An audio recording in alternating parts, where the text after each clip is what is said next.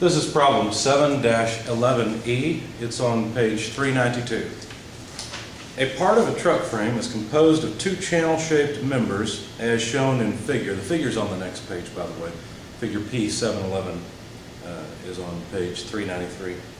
If the moment at the section is 60,000 foot-pounds, compute the bending stress in the frame. Assume that the two channels act as a single beam. Okay, so the channels are there. I'm not going to redraw them. Chapter 6 was about computing the properties of the area. So things like the cross-sectional area, but more importantly the modulus, the area moment of inertia. So I went to Excel, and the spreadsheet that I gave you guys, I just plugged in the areas as they're listed there. And what I got for the area moment of inertia I was 310.7917. I'm pretty sure that's correct. You should verify that as well. Obviously, the average position of the area is 6 inches, so that's where the centroid is located, 6 inches from the bottom. And all my measurements are from the bottom. And this area moment of inertia is about the centroidal axis. The total area, just for reference, although we don't really need it, is 17 square inches. And the moment given was 60,000 foot-pounds of, well, not really torque, but moment at that section. We're supposed to find the bending stress. Okay, now I guess I will go ahead and sketch the section, but I won't dimension it. So the section looks something like this. And of course it's 12 inches overall, so the neutral axis is up 6 inches. And really what we're saying is that there's a moment like this. There's a moment applied either. We don't know if it's this way or this way. We don't know if we're bending it up or bending it down. It doesn't matter. But there's a moment, and you realize that there's going to be stress. I'm going to change colors because that one's not working for me.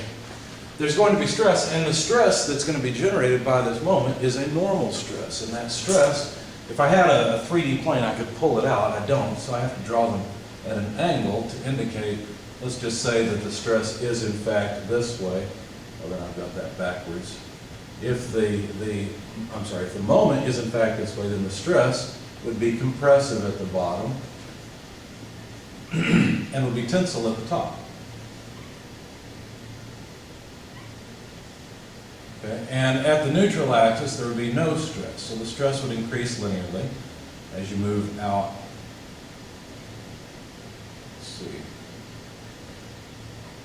Something like that. It'd be the same everywhere. I won't draw the whole cross-section. Hopefully you get the idea. Okay, so each of these stresses, these are all bending stresses. And that's what we're talking about here. This is the moment that causes this bending stress in the channel. And we'd like to calculate the magnitude of that bending stress. Well, the equation's like this.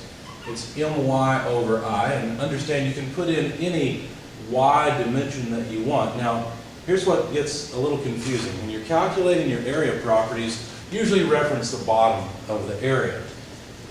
But the area properties themselves end up being about the neutral axis. Okay? And this y bar is just the distance from where you reference to where the neutral axis is located. See, before you start your calculations, your area calculations, you don't know where the centroid is located. But anyway, this gives us the area moment of inertia about the centroid. That's where it's at relative to the bottom. There's the total area. And then when we're doing these calculations, this y distance is always measured from the neutral axis. So make sure you know that and be careful about that. If you put in the largest distance, the distance to the outer fiber, either the bottom outer fiber or top, then we call it C. Okay, so y and c are really the same thing, except y can take on any value from 0 at the neutral axis up to the outer fiber.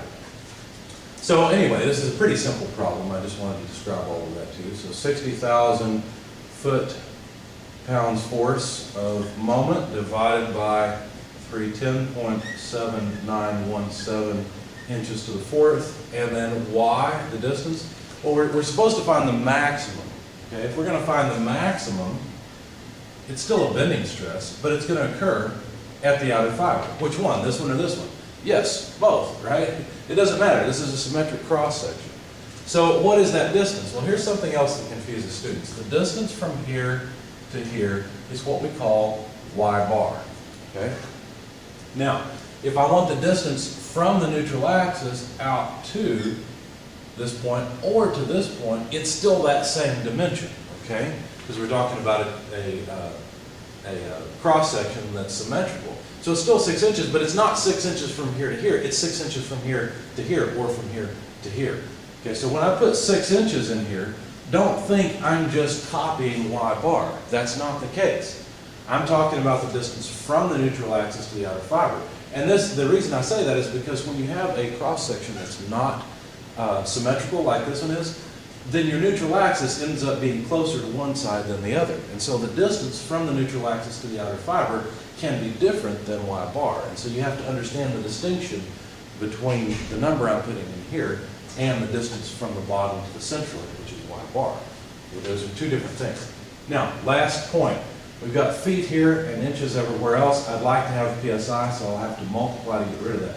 There are 12 inches per 1 foot. See, since the foot's in the denominator, it cancels the foot in the numerator. Plug all that in your calculator, and it comes out to about 1,158 PSI. And that's what they ask us to find. This is a fairly low stress. The moment looks high at 60,000 foot-pounds. I mean, imagine an engine that outputs 60,000 foot-pounds of torque. That would be amazing, right? But the cross-sectional area is enough, not area, but the area moment of inertia is large enough that that's cut down pretty well. So there's our answer.